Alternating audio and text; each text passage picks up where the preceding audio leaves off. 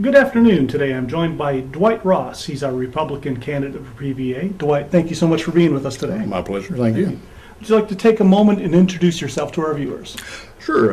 As Greg said, my name is Dwight Ross. I'm the Republican nominee for the McCray County Property Valuation Administrator position. I've been a lifelong Republican and member or a citizen of McCray County, with the exception of what time I was away in college and one particular job that I worked at many years ago, but I've always been McCray County at heart. I'm married to Stephanie Ball Ross, also from here in the county. She works at Cumberland Family Clinic in Pine Knot. A lot of you probably know her. I have two children, Cody, which is a teacher at Somerset High School, and Megan, which is a teacher here at McCray Central High School. Both of them in their first full year of teaching. Very proud of both of them. My father and mother are Charles and Marie Ross, and down Mine 18 Road. Been there and lived there for many years. In-laws of Doris and Alfred Ball of Strunk. Many people know Doris from the county clerk's office, and of course Alf, from logging and that sort of thing. And as I said, I am the Republican nominee for the PVA position, and I appreciate your support for the upcoming election on November 6th. Okay. Dwight, I'm going to start off easy here. Can you define what are the duties of the PVA? Well, the primary duty of the PVA, as I see it, is basically that they're assessing property values to the real property to have the rates applied to those property values. Now that's how obviously a number of tax rates or number of tax dollars are produced.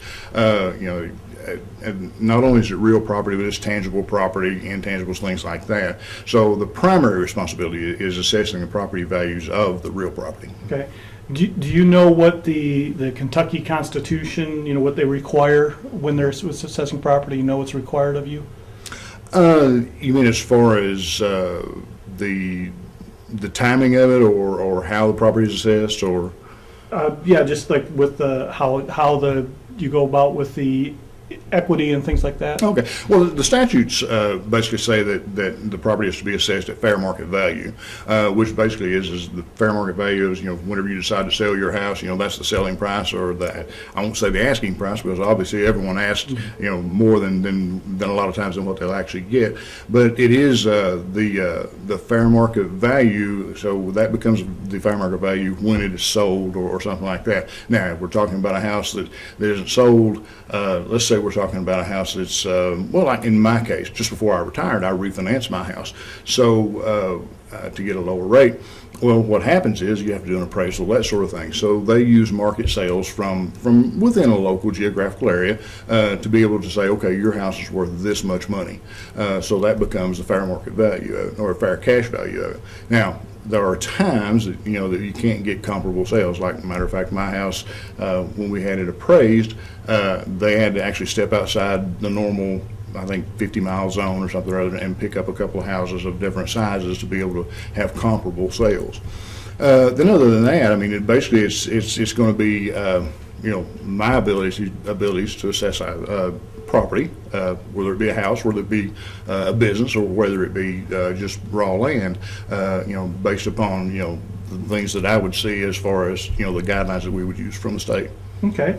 Do you see, is there a difference between assessing property, say, to a McCray County landowner or an out-of-county landowner, out-of-state resident owning property? Mm-hmm. Do you see that there should be a difference in assessing property value based on where you reside? No, actually I don't. And the reason I say it is because the property that's here is the property in McCray County. I really don't think it should matter that someone lives in Somerset and decides to buy property here, or someone lives in Ohio and decides to buy property here. We have a prime example of that in my area. I live on Bear Creek, right next to the horse camp.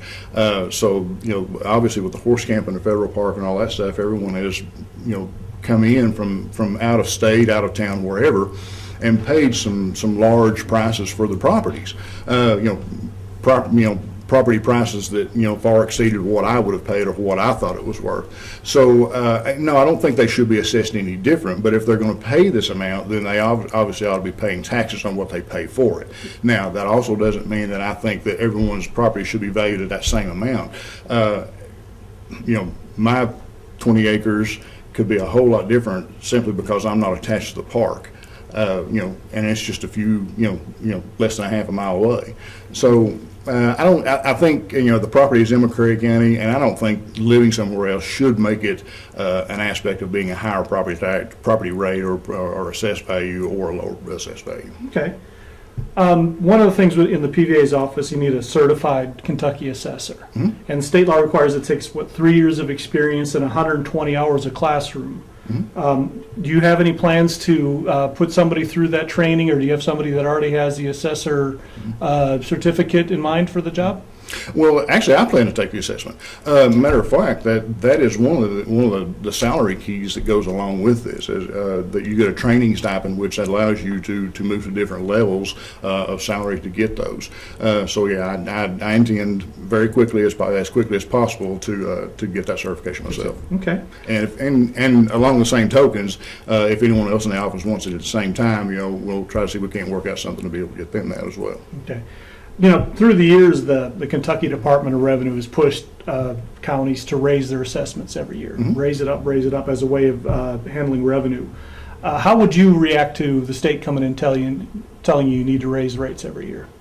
Well, unless they can tell me that it's by statute or by law that I have to raise rates to a particular level, then the property that we have here is not the same as the property they have in Frankfort.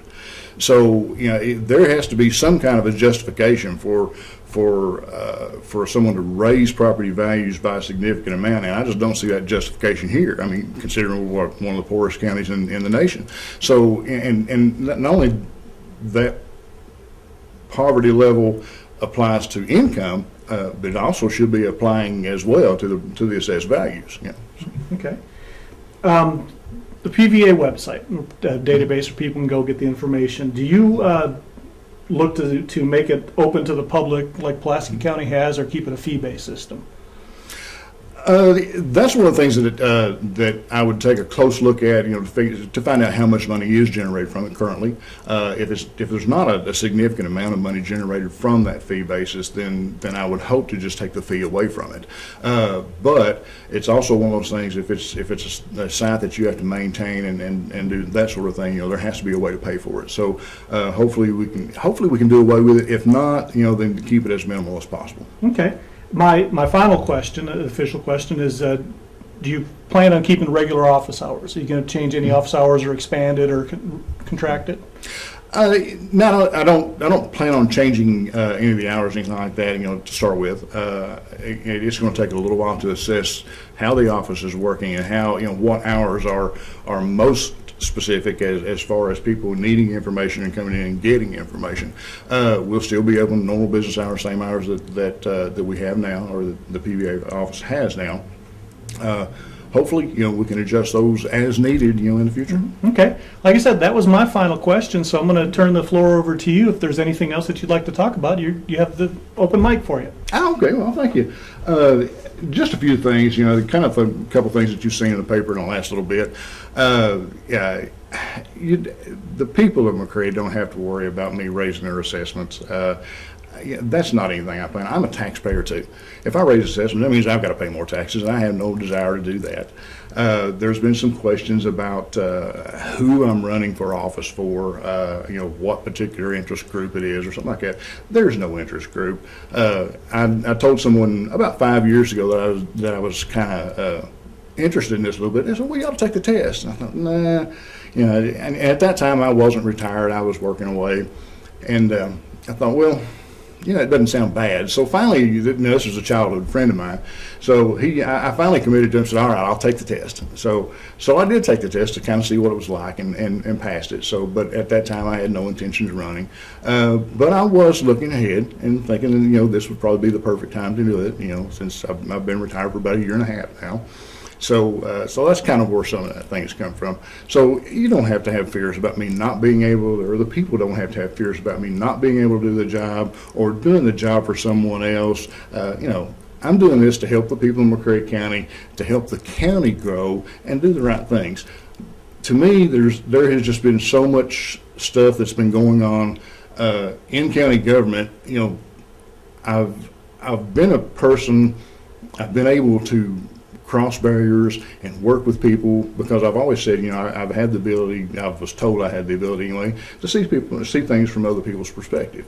Now, just because I don't agree with their perspective or something like that doesn't mean that, you know, that I hate them or that anything's going to happen. You know, we just, you know, agree to disagree and go on and work on from there. You know, put all the personal feelings aside and do the business, do what's right for the county. So, you know, that's not anything that you need to worry about from me. You know, like I said, I'll be in the office all the time as much as I can possibly be there. So I think I will be a very, very good candidate. You know, I'm always me. Wherever you see me, I mean, that's what I am and that's what I do. I don't change, or at least I don't think I change. But I'm easy to talk to, easy to get along with. You know, and now, like I said, just because I can't help you doesn't mean we have to be bitter enemies or anything like that. But I'll do everything I can to help the people of McCray County. And I will truly appreciate your support on November 6th. Thank you. Okay, and once again, this was Dwight Ross. He's our Republican candidate for PVA. Thank you all for watching.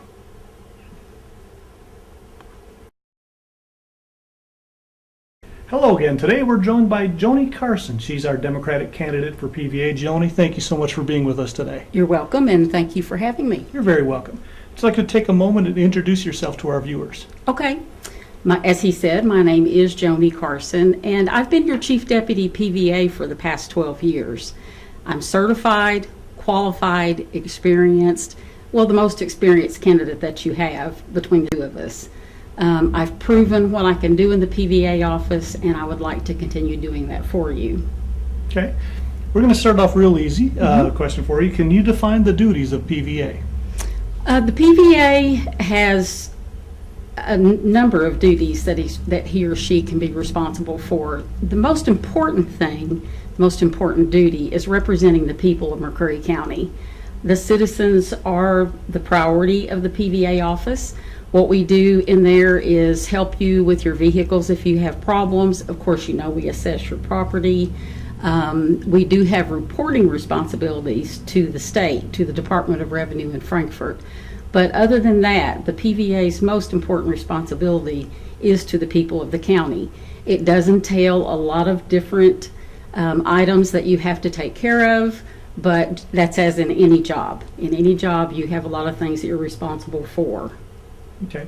And of course, one of the things is assessing property. Correct. One of the main duties. Yes. What does the Kentucky Constitution require when assessing property?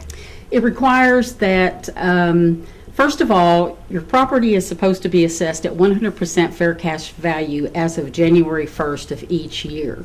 Property owners are actually supposed to turn in their values, their assessments, what they think their property is worth, the first of every year, but people just don't know that. They don't do that.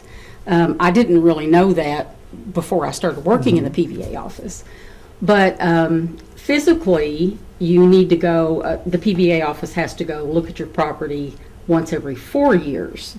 So, but if something happens between the time that we assess your property and then the next time that we come around to go physically look at your property, if there's something that changes, if you built something, if you got a mortgage and it does reflect that you've added, you know, $50,000 to your mortgage, it does trigger us having to go look at that property again. Or if you sell the property, of course, and someone buys it for, you know, a higher price.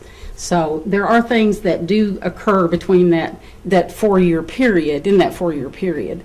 But technically, by law, you're supposed to assess the property at 100% fair cash value at the first of every year. Can you expand a little bit on the fair cash value or fair market value? Well, actually, on the fair cash or fair market value, it's the price that's agreed upon between a willing buyer and a willing seller.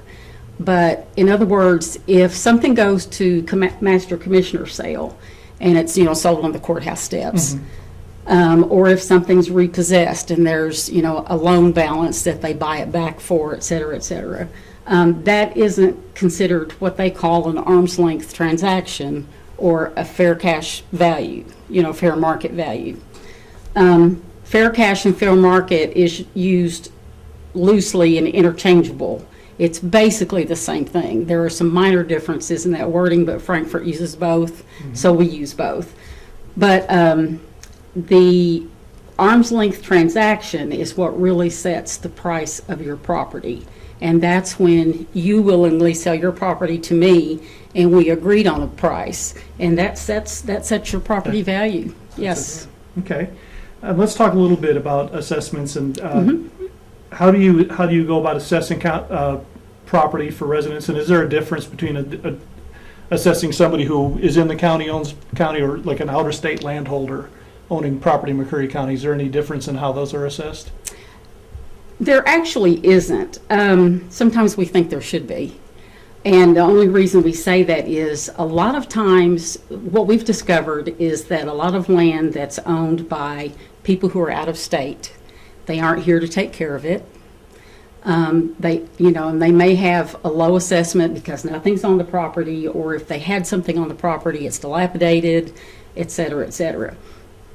So we feel that if you're not here to contribute to our county, then, we wish we could have an out-of-state tax or an out-of-state assessment, but we can't do that. So we still have to consider theirs just like we do anyone else's, and it has to be on a fair and level playing field.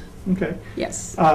Here's one, certified Kentucky assessor. Do you have that certification? I certainly do. Okay. Because the Yes. question was, it takes 3 years and then 120 classroom hours to become one. Yeah, that's for the certified. Right. But I'm also a senior Kentucky Senior, assessor. yeah. Is there Yes. anybody else in your office, or do you see anybody else getting that I think Peggy's certification? going to work toward that, Okay. yes. But for the senior Kentucky assessor, you have to be in the office for 5 years, and you have to have, it's almost 300 class hours. And you've done, And I have an excess of 300 class done hours, all that. yes, Okay. yes. As you're well aware, the Kentucky Department of Revenue is always pushing to raise assessments, raise Yes. revenues. How do you all handle that in that office, that push from the state to do that? Well, you have audits each year, and there's more than one kind of audit. You have several different types, and you're familiar with those, but different types of audits every year. What the Department of Revenue really wants is a flat 4% increase across the board. And they wouldn't mind if we actually just took everyone's assessment and added 4%. I mean, that's what they would want us to do. Sight unseen. Just, Right, yep. right. But of course, we don't do that. That isn't quite fair to people because things change for the better or for the worse, and so assessments have to be adjusted. But other than that, handling the Department of Revenue is not easy. It's something that we have dealt with, I'm going to say diligently, because I want to be kind in what I'm saying. But we do stand up for the people here. We don't just blatantly do what they say. We follow the law, but there's a difference. You have statutes you have to follow. But with the Department of Revenue, we have reporting responsibilities. And just because they say something is a guideline, which they like to do, doesn't mean we have to do it. And the Department of Revenue has had many guidelines that were not in the best interest of not only our county, but maybe some others too. And so you do have to know where the balance is. And you have to know when you can step forward and actually, I hate to use the word fight, but maybe object is a better word. So it is a fine balance, but you have to stand up for the people. If you don't stand up for the people, the Department of Revenue can just order anything and then, whatever they want. That you have Yeah. to be the advocate for them. Exactly. Okay. Yes. My next question is going to be on the website. And of course, that's a portal where people can get information. Yes. We're one of several counties that have a fee-based service on it, while others are free, where people Right. just go. Do you see any changes? Do you want to explain a little why there's a fee to our website? Oh, sure. Yeah. Yeah. We actually have a person or company, I should say, that hosts the website. And we were a hole in their map. okay? Other counties were able to afford to hire this company to host their website. Other counties, like Pulaski, for example, and I use them as an example because, you know, they do so well. You know, they have such growth, and their PVA office has a lot of funding. So they can offer their services free because they have enough money not to charge people for using that site. McCreary County couldn't afford to pay, and when I say McCreary County, it's the PVA office. The fiscal court pays nothing for us to have any of these programs. But McCreary County couldn't afford to pay their yearly fee, which is just over, the last time I checked, just over $2,000 a year. It was like $2,400 to host the site for us because we're small. It's not as large a fee as other people pay. But we just didn't have the extra funding to do that. So what they have decided to do, our current PVA actually talked them into just hosting us free. But in order to do that, they collect the fees that they charge. But in our office, we have two public areas, public work areas, so that you can come in anytime and free. You can look at any of the properties. It's all, none of it is a secret, is a good way to put it. Yeah. It's all public record. So anything that's public record, you can come in and look at. And we welcome you. We have an open door policy. Okay. My final question, like you said, you've been in that office for 12 years. Do you see any changes to office hours or anything if elected to that post? Office hours, no. Now, we made changes a long time ago in our office hours, and that was we don't close for lunch. I think previous administrations had at some point closed for lunch. We are there from 8:30 until 4:30. We did try staying open on Saturdays for 3 hours on a Saturday, the first Saturday of the month, and it got to the point where no one was coming. We don't get paid for that, and that's really not the issue, but it was difficult to have somebody there, and you know, there's no reason for them to be there. And then during the heavy traffic times, that person who was working that Saturday, of course, we try to let them off so that, you know, they can compensate themselves for no that. overtime. Right, no overtime at all. But then the office, it's really important to have the people there when you need us. Okay. Like I said, that was my last question, so I'm now going to turn the floor over to you if there's anything else that you'd like to address. Okay. This is your opportunity. Okay, I think it's important that you know that I'm not a retired person. I'm a person who comes to work every day. And as I said, I've worked in the PVA office for 12 years as your chief deputy. But I don't draw a retirement check. I'm trying to keep my job. I'm not trying to take someone else's job. My opponent does have a business. He does draw retirement. He has made it known that he's retired and that he's just interested in the workings of the PVA office. To me, that isn't a good reason to run for PVA. If you have nothing more to offer than that you're interested in the PVA office, if you're already drawing a retirement check and you already have a business and earning an income, then why do you want to take someone else's job? I just don't understand that.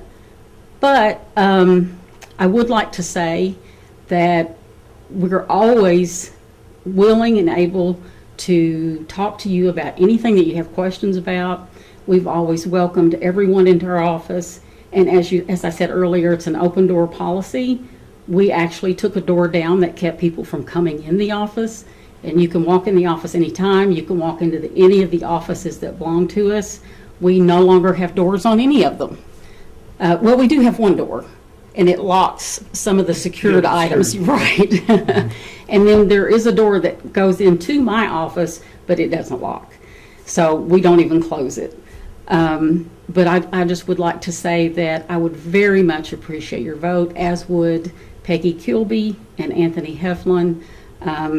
We are the ones that work for you every day, and we do appreciate our county, and we do what we can for you.